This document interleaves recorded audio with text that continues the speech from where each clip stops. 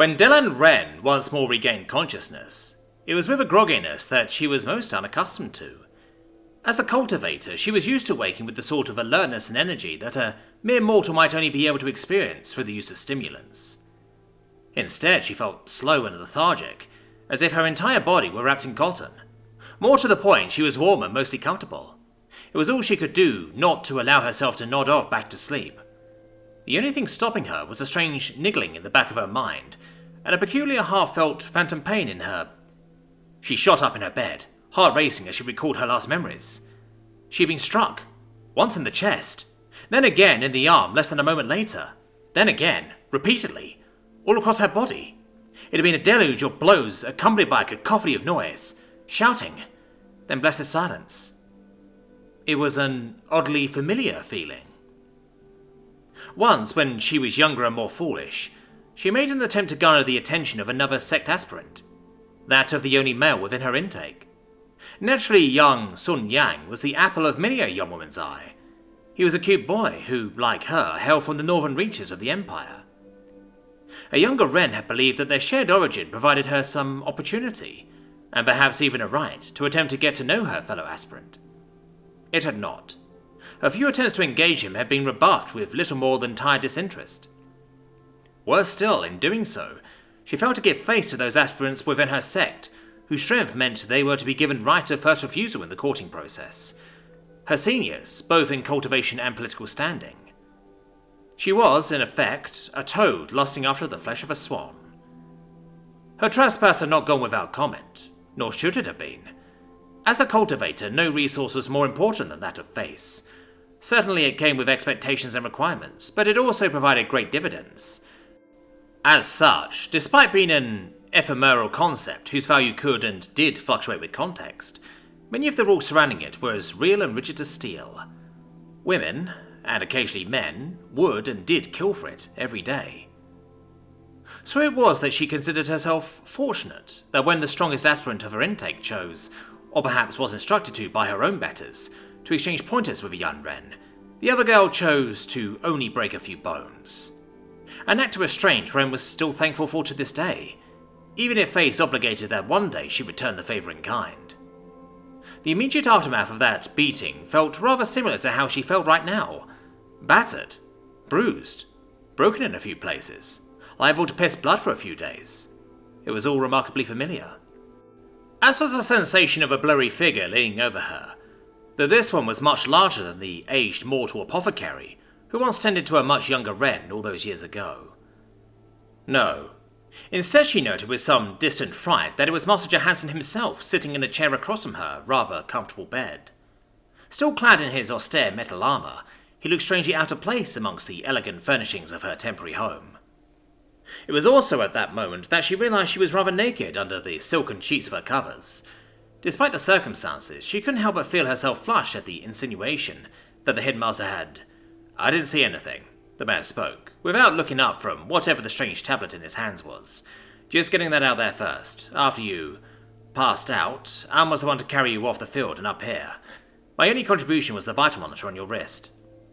Oh, that was both a relief and a disappointment. Glancing down, Wren did in fact see that some kind of flat disc rested on her wrist, held there assuredly by some kind of adhesive. Another enchantment, no doubt, she thought absently. "I assume this was to be some manner of lesson in maintaining one's awareness?" she asked. The man cocked his head. "No." "Surely you cannot mean to claim that it was not you who struck me?" Certainly Master Johansson had been nowhere near her at the start of their duel, but she would not put it past her master to have been able to cross the distance and engage her before she noticed. Certainly it would have required some manner of high-level movement technique, but nothing she had seen thus far suggested Master Johansson was anything less than a top-tier master. The featureless helm of the hidden master seemed to regard her for long moments. "I think you're being deliberately obtuse here. I didn't strike you. You took a full salvo of rubber bullets to your everywhere when you chose to walk at my militia." "Bullshit!" It actually took her a moment to realise the word had issued forth from her own mouth, at which point she felt herself paling as almost all the blood in her face seemed to drain away. She waited with bated breath for an inevitable chastisement for her thoughtless rudeness, but none was forthcoming. Master Johansson merely sat there. "It's not bullshit." Empress help her, the man actually seemed amused. Though I will apologize. It seemed the munitions I employed were more powerful than I anticipated. To that end, I've already created a weaker variant for future demonstrations. Weaker? Her tone was dry, the words once more issuing forth before she could stop herself. Are you actually trying to offend me now? This time, though, rather than paling at the uncharacteristic slip, she felt herself flushing. What was she saying? Why was she talking like this? She was a proud merchant of the Jade Fang Consortium, not some adult girl. She paused. With a sudden surety, she pulsed ki through her body and felt the foreign chemicals in her system. The drugs coursing through her blood had no ki in them, which is why she hadn't noticed them immediately. Rare were the mortal poisons that might challenge a cultivator's nigh indomitable constitution. Whatever drugs she'd been dosed with, they were potent to have affected her so greatly, in spite of her cultivation. Now she just needed to, subtly, make her displeasure known to the obscenely powerful man across from her for choosing to drug her, even as she started to purge. "Ugh," she hissed as her everything erupted with pain. She had thought her body ached before. That was nothing compared to the screaming of her nerves now. "Ah, unsaid you would do that," she heard the hidden master say distantly. "I suppose it's understandable. You wake up in a strange place, with a strange guy, with a strange drug running through your veins. I'd likely be thinking about pumping my stomach too." "Yes," Ren nodded slowly, though she had little understanding as to why this hypothetical person's gender had anything to do with it. If anything, she'd rather such a person be male. Ignoring all other factors, a male cultivator would likely be weaker than a woman, and thus easier to defeat should they mean her harm. She placed her hand against her aching side. "I take it that the substances I just purged from my system were painkillers, yes." Well, wasn't that just great? Not only was she now in considerable pain, she's essentially just spat on the hidden master's kindness by purging what were very likely some very expensive medicines from her body. And of course, now I need to pee, she thought. Desperately. Because the impurities she purged now needed to physically leave her body somehow. For most, that occurred through sweat. Less common was vomiting. Rarer still was to have the impurities leave the same way that most solid food did. The rarest of all, though, they urinated them out. Ren was one of those lucky few. She hated it. In addition to being just plain uncomfortable, it ran contrary to her carefully cultivated image as a cultured and sophisticated young woman of wealth and taste. "Would you like a glass of water?" The headmaster's voice was full of kindness. "Anne said you might be thirsty after purging. I, of course don't get thirsty after such a low-level technique, being a hidden master." Ren barely heard the latter half of his statement. Instead, she focused entirely on the irritation building within her at the name of her distant tormentor. How that mangy cat knew Ren was a golden purger, she did not know. What she did know was that she would have that cat suffer for tormenting her in her moment of weakness like this. Even as she was swearing vengeance, something shifted in her abdomen. "After I find the nearest toilet," she thought somewhat desperately. "Empress above, please don't let this humble Dellen Ren wet herself in front of a hidden master." She didn't. Wet herself, that is. It was a close-run thing, though. Still, all that was behind her, beyond her inevitable vengeance on the cat. Satisfied, Ren strode out into the evening air. Admittedly, it was more of a hobble than a stride, but she needed to maintain some level of decorum. Which is why she refused to accept her servant's offers to bring around her palanquin. So instead, they trailed behind her like worried ducklings. Fortunately for her sanity, Master Johansson magnanimously gave her face by choosing not to comment on her limp or the concerns of her followers. Instead, he simply slowed his powerful gait to match her own much more tentative one. It was almost enough for her to forgive him for putting her in this position to begin with. Almost. "How long was I indisposed?" "Just a few hours," Master Johansson said, as they walked towards the training grounds, where even now she could hear the crackle of something. "Given my rubber bullets cracked a number of bones, I imagine you might have been out of commission for weeks if you're immortal." She nodded, even as an expression of befuddlement crossed her face. Of course she would heal faster than mortals. Speaking of mortals, she still didn't believe it was the militia that had hurt her. Some part of her was still desperately hoping that this was some kind of test or trick on the part of Master Johansson. Before long, they reached the familiar scenery of the training area. A training area that was still filled with members of the town's militia, despite the approaching late hour. Mortals were not the only ones present within the great open area, though. Rather, there was a great block of them facing off against a single, solitary figure. The cat, she thought irritably. That irritation was secondary, though, to her curiosity at seeing just how these gons worked. Even as she watched, a single line of mortals levelled their strange deformed spears towards Anne. Despite herself, she shivered, phantom pains rippling through her body, as those strange spears boomed loudly and puffs of dirt kicked up all around Anne's feet. Fortunately for the cat, and much to Ren's irritation, she had not made an easy target of herself. She remained at a distance, her small form flitting back and forth. Thus, a majority of those deadly fast projectiles missed. Only a single one of the blue-tipped bolts seemed to have been on an intercept course, and it was with almost laughable ease that the Catwoman deflected it with her glaive. Watching all this, Ren felt some part of her sink.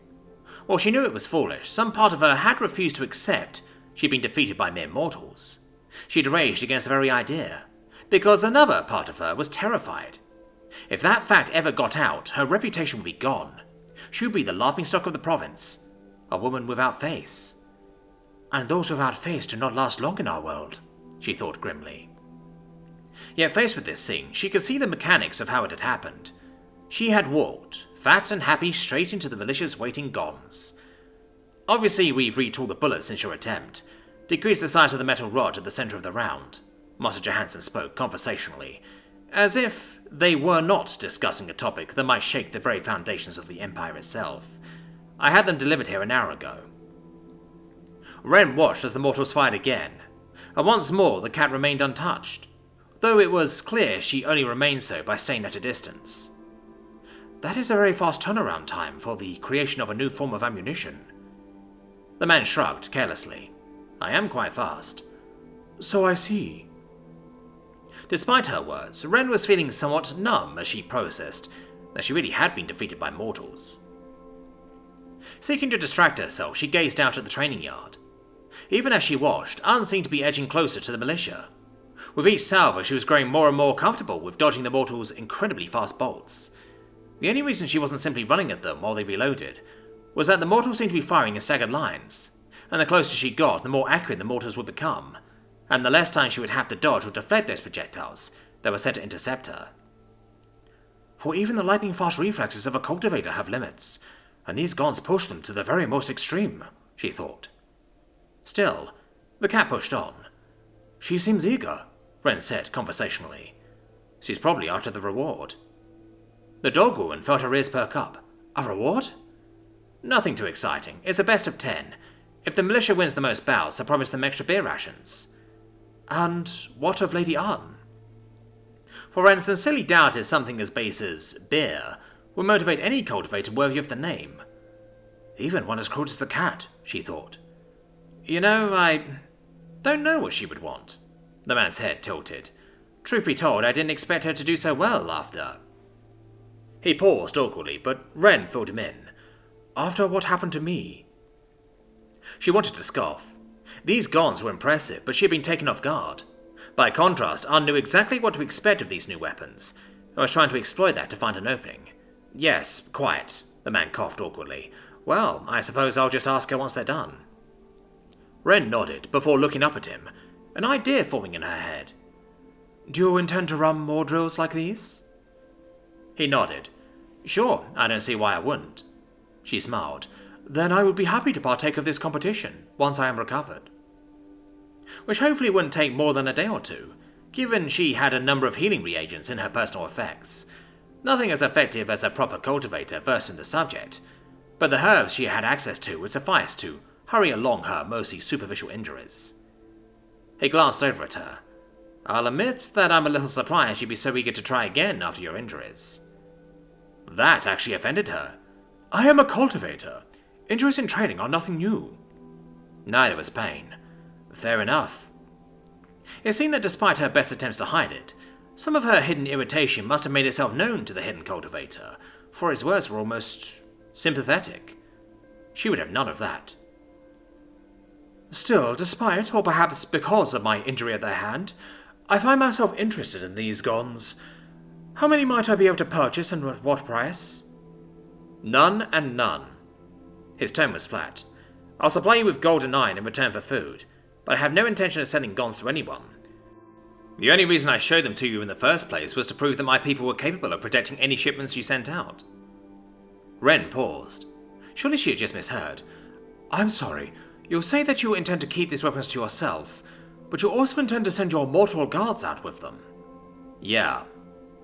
Once more, despite her best efforts, her incredulity must have shown in her tone, for the man sounded almost defensive. Then you will not be the sole owner of these weapons for long. Your convoys will be attacked, by groups claiming to be bandits, at first for the food and materials, but then most certainly for the weapons your people hold. My guns dropped you, he said irritably. Warding off angry spirit beasts and cultivators is the whole point of them. Ren was in full merchant mindset mode now, which was why she didn't take offense at his claim that his weapons dropped her. Instead, she took note of his irritation and moved to assuage it. Oh, certainly, Master Johansson. Your guns are undoubtedly a powerful tool, revolutionary even, but no tool is infallible. Your guns will be effective against both cultivators and spirit beasts alike, but that effectiveness will diminish as their capabilities become known. She gestured to the training grounds. At range they are deadly, but how effective would the men holding them be if they were ambushed? Against a single cultivator, 50 men armed with guns might be able to overcome such a disadvantage. She paused. Against 5 or 10, though. As Anne was proving, a large swath of men with guns could hold a cultivator at bay with staggered shots, but the effectiveness of such a stratagem would diminish with an increase in targets. Even a middling cultivator would have no problem dodging the shots of a mere 5 gun-armed guardsmen, staggered or not. It is ironic that the tools you would supply to your people to protect them would ultimately only draw danger to them. The man tissed irritably. I don't see many options. I won't send my people out with just spears again. It's too damn risky with spirit beasts wandering around. The all cultivators went unspoken. Silence reigned between the two of them, broken only by the irregular crackle of gunfire. Finally, he seemed to come to a decision. All right. I know a woman with a plan when I see one, so I may as well ask. What do you want? Ren almost blinked in surprise. That was a lot easier than she'd anticipated. Rare was the cultivator that would listen to the ideas of a lesser. She'd been expecting to have to prompt and wheedle for a few hours before reaching this point. Yet it seemed that, once more, this strange cultivator had surprised her. Make them an imperial interest. Because of the helm, it was impossible to gauge the man's reaction, but Ren would have been willing to bet good money that his expression read as interested. So she continued. Sell your guns to the Overseer herself. Doing so will mark our convoy as Imperial Army supplies, which will make them untouchable to those who might otherwise covet their content. For a given value of the word, nothing was untouchable within the politics of the Empire. Still, it was about as close as to a single hidden master hid out in the boonies might get. Intercepting supplies that were marked for the Imperial Army carried heavy penalties, including, but not limited to, 9-fold familial execution. Happy he was listening, she continued. You will need to talk to General Gengex herself, but... Her words came to a stop as he raised a single gauntleted hand. I'm not interested in leaving Jiangxi. I've got too many ongoing projects here to leave them for any amount of time. Ren frowned, because of course the headmaster would find some issue with her plan. She shouldn't have been too surprised. The man had been eminently reasonable thus far, but he was a hidden master. That he refused to leave this hovel was apparently just part and parcel of this particular madman's quirks. So you can negotiate this deal for me. It actually took a second for Ren to register the man's words. For the first time in a long time, words failed her. We'll draw up a contract, make it all nice and official. Then you can take a few of my weapons off to the city and show them off to this general of yours. Ren was barely keeping up. He wanted her to negotiate? With the Overseer? This was a deal so far over her head it begged belief. She had certainly planned to remain involved, but that involvement was supposed to have been limited to directing the Hidden Master's interest towards the Jade Fang Consortium itself. Sure, the idea had burned at her, essentially having to step aside to let the clan heads take over negotiations, but that was the reality of her lowly position. She was simply too small to take on such a big contract. Still... She licked her lips. If you wish for me to be the one to negotiate on your behalf, rather than the Jade Fang Consortium itself, you will need to specify that in the contract itself. Once more that weighty helm seemed to regard her. It was all she could do not to fidget under its gaze. "Then I will say as much in our contract." She nearly sagged in relief. She marshalled herself instead, though, giving the man a crisp bow. "This Stellan Wren is honoured by the Great One's faith. She will do everything in her power to meet the expectations he has laid upon her." "I'll be expecting a bit of tit for tat for keeping you in the loop." It was not hard to pass the man's strange colloquialisms. "Of course, Great One," she bowed again. It seemed that despite being a hidden master, the man still understood the game of favours and debts that underpinned the relations of the Empire. "Good. You start writing up a contract, and I'll look it over." She bowed a third time. "Of course." Sensing the dismissal for what it was, she hobbled off as best as she could, given her injuries. She barely noticed them, though, as her head swam with legalese and business terms. This was a huge contract, one that would see her position within the J-Fang skyrocket if she pulled it. "Oh, and Wren?" She paused, turning back to face the armored man. "Please make it fast. If what you said is true, this marble sect will start sniffing around my business soon. I'd originally just planned to send them packing, but if your plan can bypass that..." Wren froze. She'd completely forgotten about the marble sect. Wait, she thought frantically. Did he just say he meant to fight the entire sect? No, that was madness. Could she negotiate with them in his stead? No. She dismissed that idea as soon as she'd had it. The marble sect was stubborn and proud, even by the standards of sects. The fight would happen, and the hidden master would lose, even with his gons. One man could not fight an entire sect. Unfortunate, but it is fortunate that this Stellan Wren is a kind and magnanimous soul. When the hidden master did lose his one-man war, she would be nearby, ready to pick up the pieces, to convey him to her estate in the city, with a warm hand and a comforting smile. Perhaps I might even convince him to leave the cat behind. Yes, she could work with this. It was hours later, and Jack was in his office when Anne strode in. He wasn't too surprised by her presence. His mining complex had a number of security doors between his office and the surface. He'd known she was coming. He also knew why. His cameras around the training fields had shown her ultimate victory over the militia, 6-4. It was a little disappointing for him. He'd hoped for better from his gons. It seemed that Wren was right, though. They were impressive tools, but they alone weren't enough to bridge the gap between mortal and cultivators. Even lower-level cultivators. That was fine, though. He had plenty more tricks up his sleeve, including the one he'd been working on before Arndt strode in.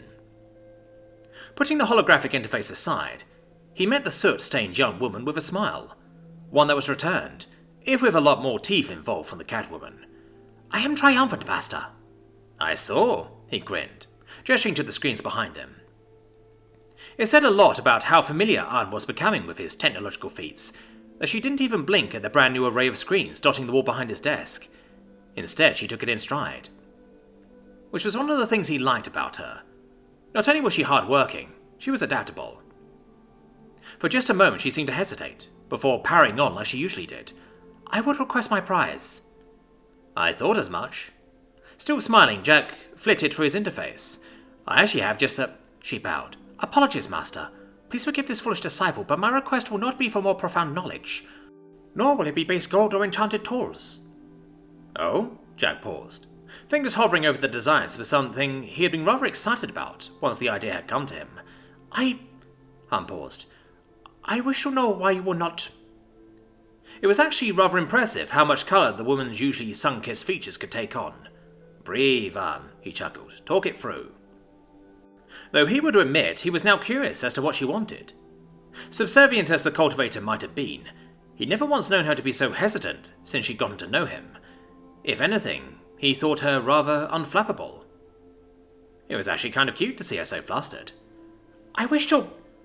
know why you will not lay with me!" she finally shouted.